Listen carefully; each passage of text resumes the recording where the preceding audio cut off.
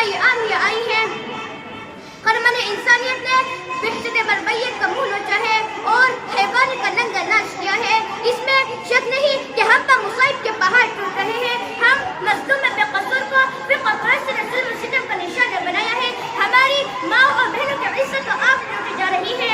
نادان محترم، یوں تو ہندوستان کے مسلمانوں کے دور میں مسلمانوں کا کوئی حامی نہیں تھا، لیکن جب سے ان فرقہ پرستوں نے اس ہندوستان میں جنم لیا ہے، اس وقت سے مسلمانوں کی رہی صحیح اور سکون و چین چھن گیا ہے، کیونکہ ان فرقہ پرستوں نے محض وقت مذہب اسلام کو مٹانے کی نہ جانے کیسی کیسی فصلیں رچی ہے۔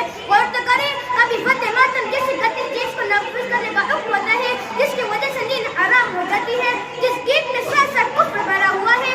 آج تو گیت بہت سارے اسکولوں میں گائے جاتے ہیں، جس گیت کو ایک بار پڑھنے سے مسلمان کوئی چیز اسلام ہو جاتا ہے، جس گیت کو ایک بار پڑھنے سے مسلمان نہیں رہتا۔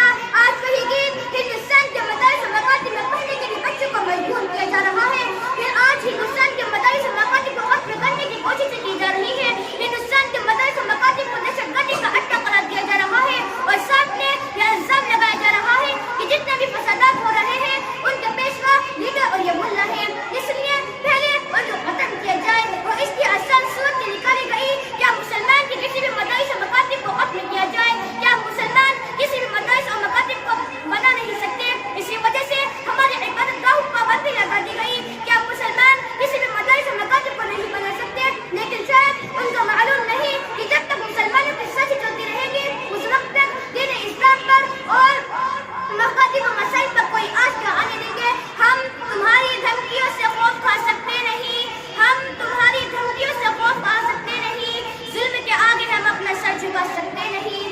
اور ہے یہی تاریخ اپنی، ہے یہی فلسفہ اپنا، ہے یہی تاریخ اپنی، ہے یہی فلسفہ اپنا، ہم زمانے میں دبانے سے ابھرتے ہی صدا۔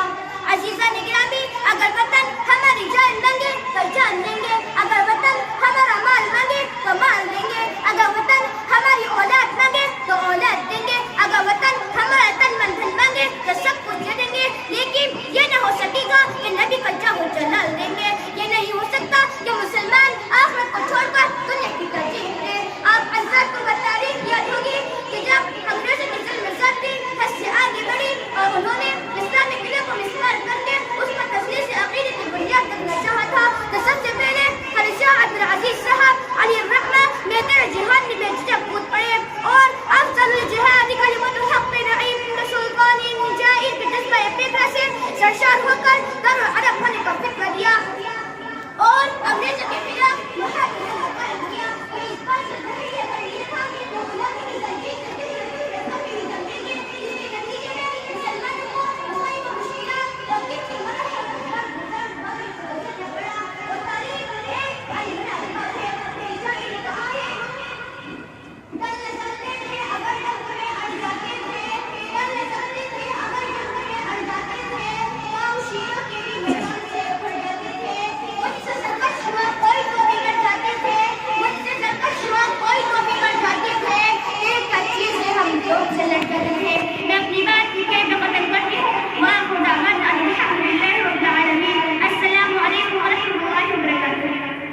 Hey there.